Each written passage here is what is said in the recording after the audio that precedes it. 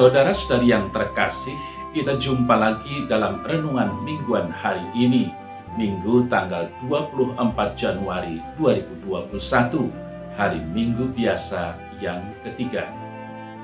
Bersama saya Romo Thomas Suratno, SC dari Paroki Cilandak, Jakarta Selatan, mendengar dan merenungkan Sabda Tuhan, yakni firman Tuhan yang tersurat di dalam Injil Markus, bab atau pasal 1, ayat 14 sampai dengan ayat 20.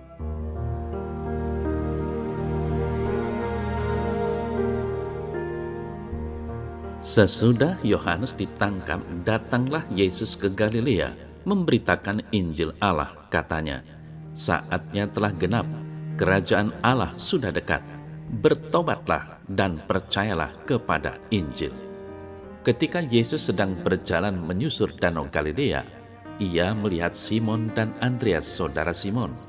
Mereka sedang menebarkan jala di danau sebab mereka penjala ikan.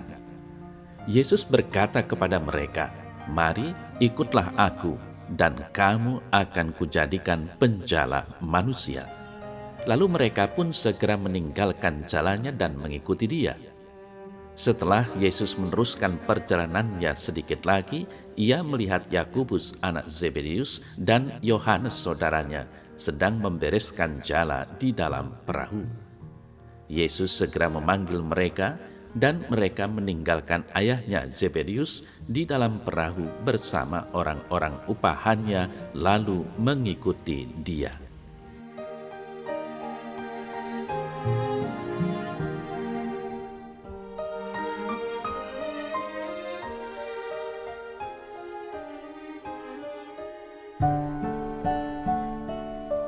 Simon dan Andreas orang-orang biasa, begitu juga Yakobus dan Yohanes, anak-anak lelaki dari Zebedeus.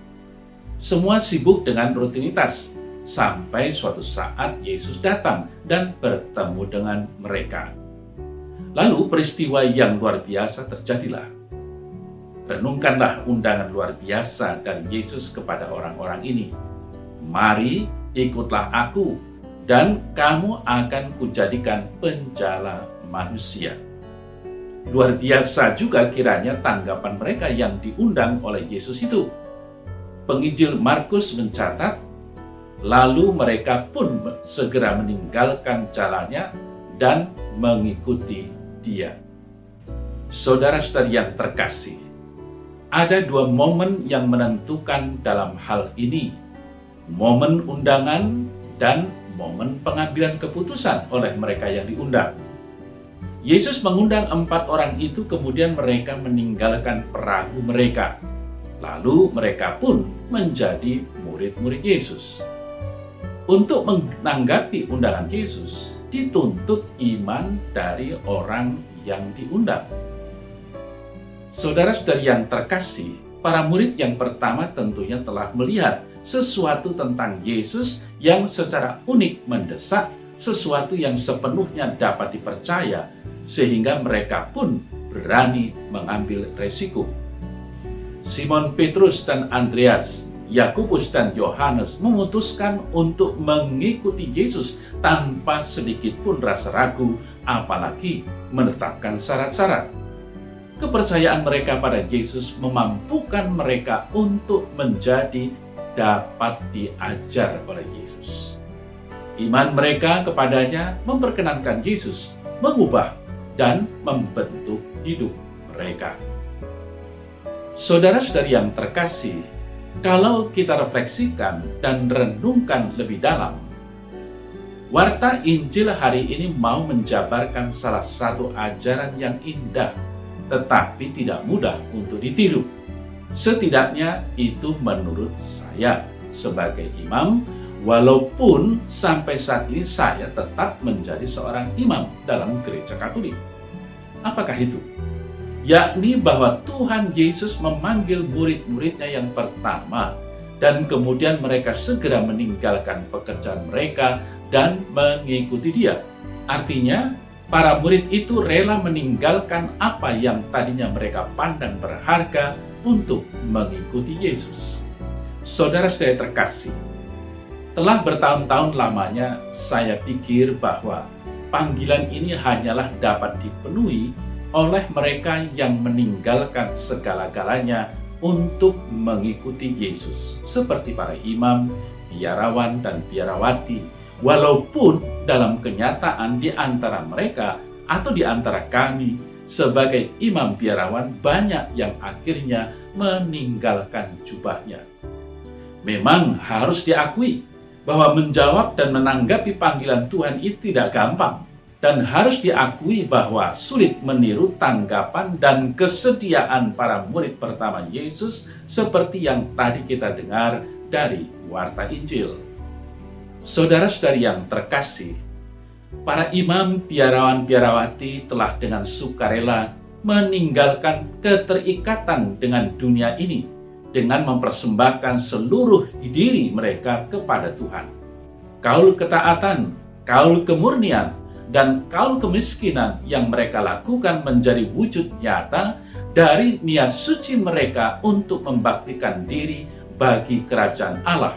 Sangat membantu hidup dan karya mereka untuk menjala manusia dan membawa dunia ini kepada Tuhan. Saudara-saudari yang terkasih, sungguh kita merasa kagum dan mengagumi kehidupan mereka.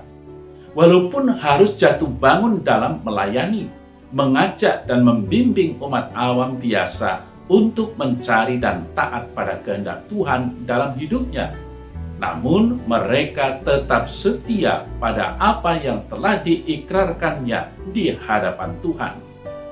Hidup demi kerajaan surga dan demi keselamatan dunia. Pantaslah kalau kita mengapresiasi mereka dengan mendukung dan mendoakan kehidupan mereka, serta senantiasa memohon semakin banyak orang-orang muda yang mau menjawab dan menanggapi panggilan Tuhan. Saudara-saudari yang terkasih, para imam dan kaum religius yang menjalankan kehidupan panggilan mereka dengan sungguh-sungguh tentulah dengan lebih penuh menanggapi undangan atau panggilan Yesus itu. Namun panggilan untuk hidup kudus ini ditujukan kepada semua orang, tidak hanya untuk mereka saja, walaupun dengan cara yang berbeda-beda. Kita sebagai kaum awam juga dipanggil untuk mengikuti Yesus dengan meninggalkan keterikatan kita terhadap hal-hal duniawi. Bukankah Yesus juga mengatakan hal yang sama kepada seorang muda yang kaya? Markus 3 ayat 21.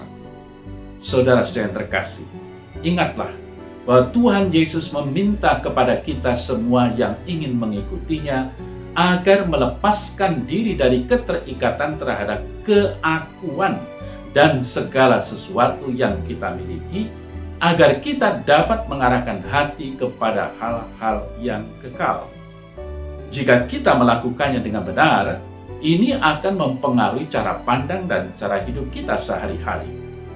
Kita akan berusaha untuk menjadi bijaksana dalam menggunakan segala yang ada pada kita sekarang ini, yaitu waktu, tenaga, bakat, harta milik, keinginan, dan seterusnya. Untuk apa? Untuk melakukan atau melaksanakan pesan Injil. Nah, saudara-saudari yang terkasih, Konsili Vatikan II dalam dokumen Lumen Gentium mengajarkan, maka semua orang beriman Kristiani diajak untuk berjuang mengejar kekudusan. Mereka mempunyai kewajiban untuk berjuang dengan keras. Oleh karena itu, hendaklah semua memperhatikan agar mereka mengarahkan keinginan-keinginan hati dengan tepat, supaya mereka dalam mengejar cinta kasih yang sempurna jangan dirintangi karena penggunaan hal-hal duniawi dan keterikatan kepada kekayaan yang melawan semangat kemiskinan menurut Injil. Itulah maksud nasihat Rasul kepada mereka yang menggunakan barang-barang duniawi ini. Janganlah mereka menerima pengertian dunia, sebab dunia ini sebagaimana yang kita lihat sedang akan berlalu. Lumen Gentium 42. Lalu, saudara-saudari yang terkasih, bagaimana kita melatih diri untuk menjadi tidak terikat dengan dunia ini? Kiranya ada banyak cara, Tetapi marilah kita memulainya dari cara yang paling mudah dan yang sebenarnya sudah menjadi tradisi dalam kehidupan gereja, yaitu dengan menjadikan setiap hari Jumat sebagai hari tobat misalnya. Mengapa? Karena gereja telah sejak lama menjadikan setiap hari Jumat sepanjang tahun untuk menjadi hari di mana kita mengenangkan sengsara dan wafat Kristus demi menyelamatkan kita.